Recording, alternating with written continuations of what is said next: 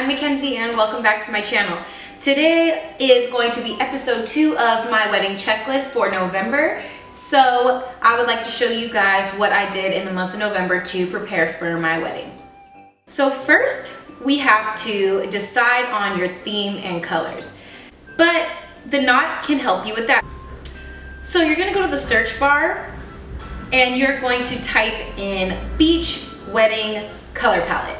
I typed this in because we decided on having a beach wedding in San Diego. You can click that and it will give you several options. The first you will see is teal, purple, and green. Next you're going to see silver, ivory, and beige. This is the color that me and my fiance chose. We thought ivory would be beautiful for the bridesmaids and silver would be beautiful for the groomsmen. And you can see it's a simple, clean color palette that goes with everything. Next you'll see coral, fuchsia, and navy. And then after that you will see a sea glass blue, ivory, and green. We almost went with this one too because it's also pretty beautiful. But next you're going to see marigold, gold, and white. Next you're going to see canary yellow, tangerine, and peach. And that is all that the knot has for beach wedding color palettes. Obviously you can do whatever you want. The knot just helps organize my thoughts and put some pretty color palettes together for beach weddings. Next, you're gonna create your wedding website. The knot can help you make a beautiful website. So, like anything else, you go to the home page and you look on the left side panel and it will see wedding website. After you click it, you will see that the knot gives you several options to put on your website. On the right, you'll see basic info, setting, guest list, and on the left, you'll see our wedding. This is where you share your story and introduce your wedding party. And then under that, you see details and photos. You can also put a cover photo for the front. And underneath the cover photo, you will see themes. So you can click on themes, and the knot has several themes for you to choose from. So I will show you guys what our website looks like so far. I chose this font to go on the top. I thought it was pretty. So the first panel you will see is our wedding, and it has our cover photo. I'm gonna fix the bottom of this because my chin got cut off, but it has our date, how many days to go until our wedding, and then underneath you will see a tab for Jamar's guests, my bridesmaids, and my groomsmen. After that, you can go back to the top and click details. Under details, you will see accommodations, travel and transportation, and our story. Underneath all of that, you will see our story, and here is our engagement photo. And underneath that, it will have our story.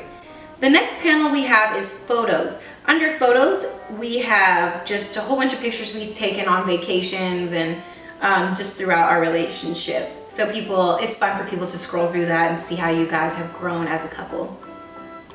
The next tab is your registry. Your registry, you can also do through the knot. There's going to be a tab on the create a website. I chose Bed Bath & Beyond because it's just an amazing store. It has everything you could ever want for your house. So I registered with them, and through the website you can click on items and it will go directly into your registry. And here I've only picked 2 items just for an example. Some pots and pans and a toaster oven, and people can click on that and they can buy it for you through the website. Next is to insure your ring. My fiance did that when he bought the engagement ring. He bought my engagement ring and the wedding band all in one. I have not seen the wedding band yet, but he told me as he was buying those items that he made sure they were insured. Next is to estimate your guest count. To guess how much guests I have coming, we're gonna go over to your guest list manager and we're going to scroll down and see how many guests total we have. So over here it says that we have 121 total guests. Jamar has 59, I have 62, 5 bridesmaids, 5 groomsmen, and this all equals 121 people. So this is without the plus ones. I'm estimating probably about 30 plus ones, 30 or 40 plus ones. So that will give us 150 to 160 people to attend our wedding. And after you have that guest, you can plan accordingly when you start planning out how much food you're gonna have and how many seats you're gonna have and all of that stuff. Next is to schedule a venue site tour.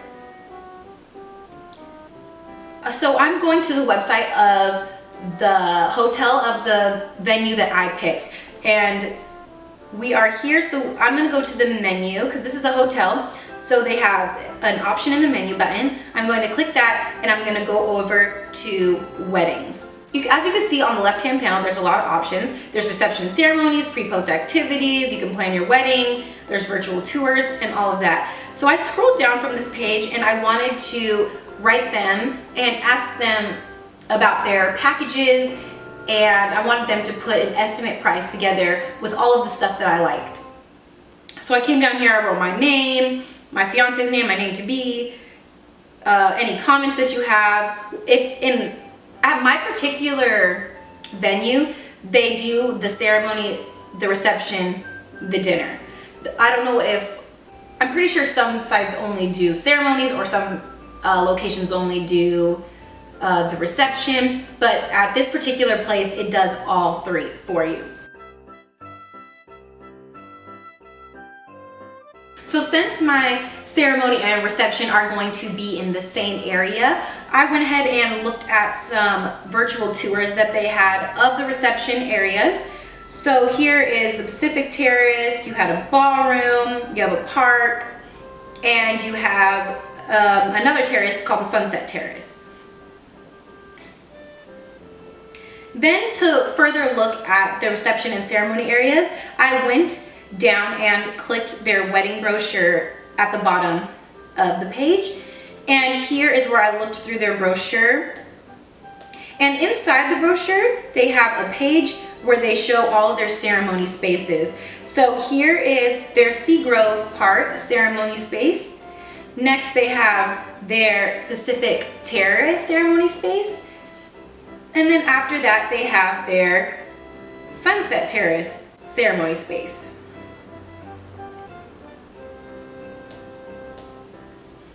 And that gives you a good idea of what your wedding is going to look like at your specific location.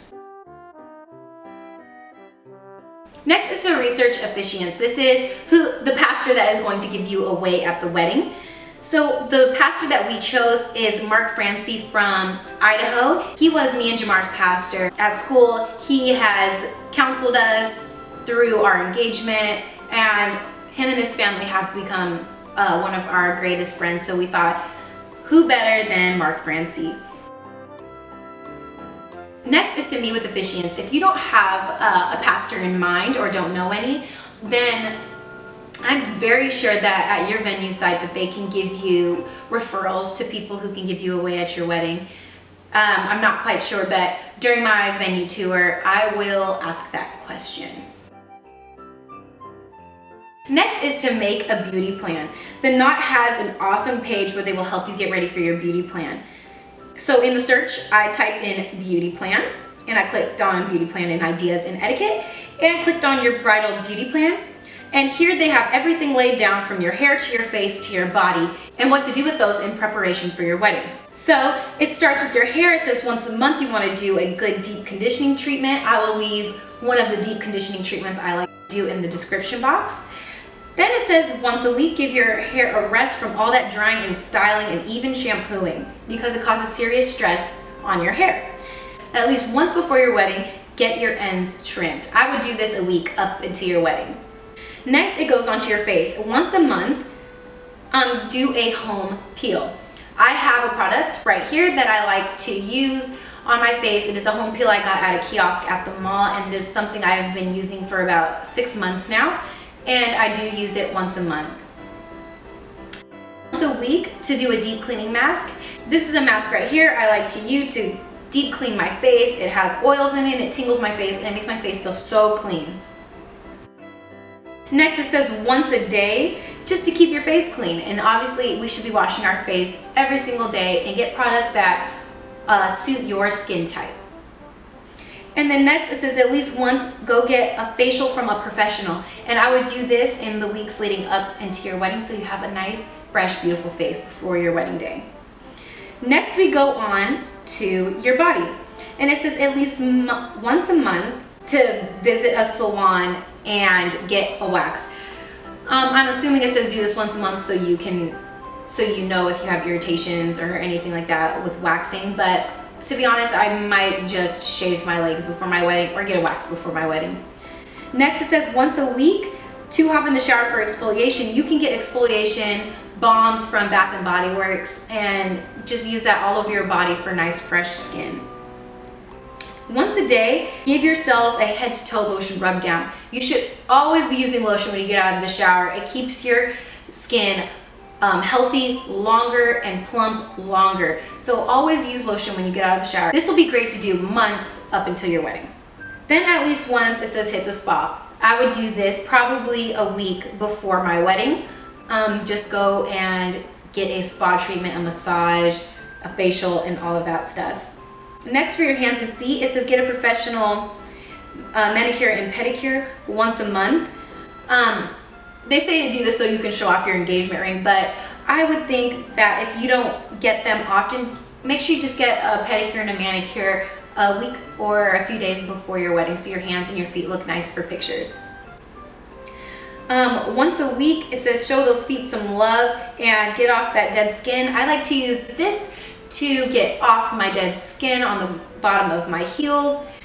Then it says at least once, and it's kind of creepy, but spend the night deep moisturizing your hands and your feet. You can do this by lathering baby oil and lotion on your feet and just putting on some socks and doing the same thing with your hands and sleeping overnight, and you will see a dramatic difference in the moisture that you feel in your feet and your hands. The last thing on the checklist is to make a fitness plan. You want a fitness plan so you can stay, you want to stay either consistent or get down to a weight that you want to be for your wedding, and you want to look obviously nice in your wedding dress. I joined a training facility called Bommarito Performance Systems, and my trainer is Dominic Frazier. You could follow him on Instagram at FrazierFitness19 to see some of the workouts that we do. So I just put together a little montage of workouts that I do to keep in shape before my wedding. So here I'm doing push press, I'm doing power cleans, I'm doing hang cleans. It's hard, so I'm dead usually by the end of my workouts.